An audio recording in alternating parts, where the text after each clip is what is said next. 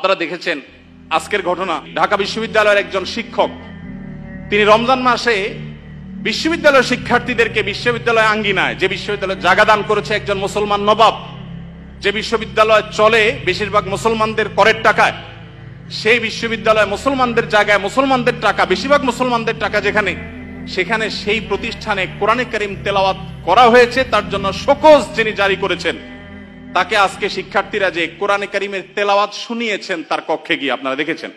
والتين والزيتون وطور سينين وهذا البلد الأمين।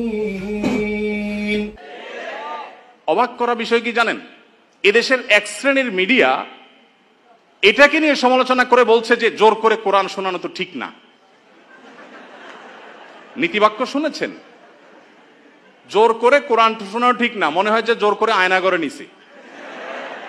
যারা জোর করে আয়নাঘরে নেওয়ার বিরুদ্ধে কোনোদিন একটা শব্দ বলতে পারে নাই, তারা এখন আল্লাহর কালাম শুনাইছে একজন মুসলমান দাবিদার মানুষকে, কোনো হিন্দুকেও শোনায় নাই, সেটার বিরুদ্ধে তারা প্রতিবাদ করতেছে জোর করে কোরআন তেলাওয়াত করা ঠিক না। তাহলে জোর করে কোরআন তেলাওয়াত বন্ধ করা ঠিক আছে? রমজানে যখন কোরআন তেলাওয়াত করতে দেওয়া হয় নাই, সেখানে শোকজ জারি করা হয়েছে, সেটা ঠিক ছিল? তাহলে তুমি নিজের বেলায় খুব অধিকারের পরে সোচ্চার, অন্যের বেলায় একেবারে সোচ্চার না। দেখো